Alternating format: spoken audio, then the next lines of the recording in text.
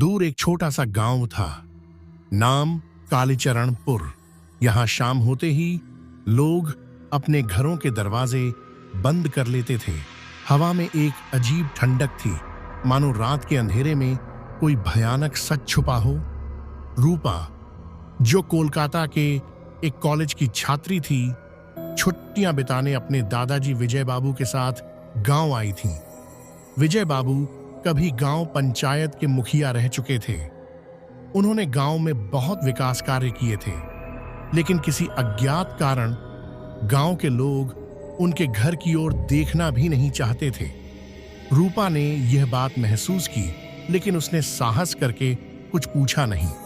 एक रात जब नींद नहीं आ रही थी, रूपा खिड़की के पास बैठकर किताब पढ़ रही थी। अचानक खिड़की के शीशे पर ठक ठक आवाज हुई। बाहर झांक कर देखा तो कोई नहीं था। उसने फिर किताब पर ध्यान देने की कोशिश की, लेकिन तभी एक और अजीब आवाज, जैसे कोई जमीन खोद रहा हो। रूपा का दिल जोर से धड़कने लगा।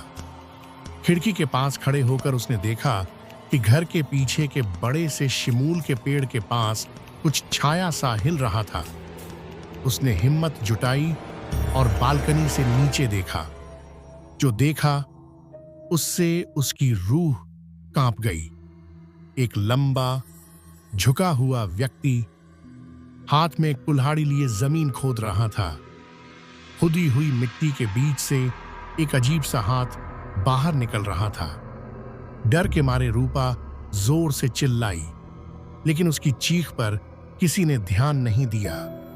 दादाजी का कमरा बंद था, कहीं से कोई रोशनी नहीं थी।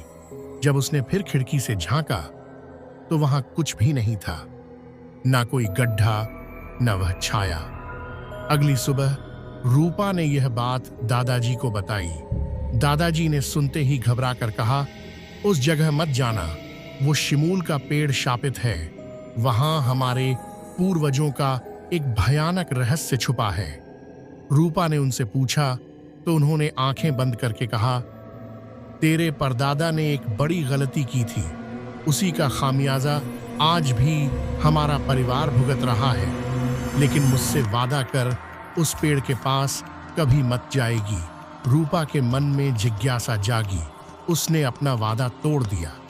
रात के अंधेरे में छिपकर वह शिमूल के पेड़ के पास जाकर सच्चाई जानना चाहती थी। लेकिन वही रात उसकी जिंदगी की सबसे भयानक रात बन गई।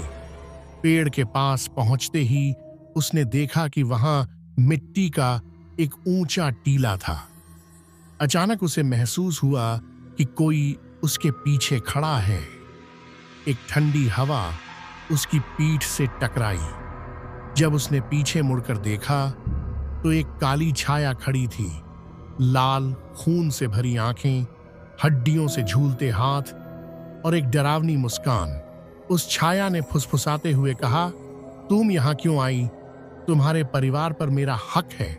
उस रात गांव में किसी ने रूपा की चीखें नहीं सुनी। अगली सुबह शिमूल के पेड़ के नीचे एक नया गड्ढा और उसके पास रूपा का खून से सना दुपट्टा मिला। तब से कालीचरणपुर में कोई नए मेहमानों का स्वागत नहीं करता।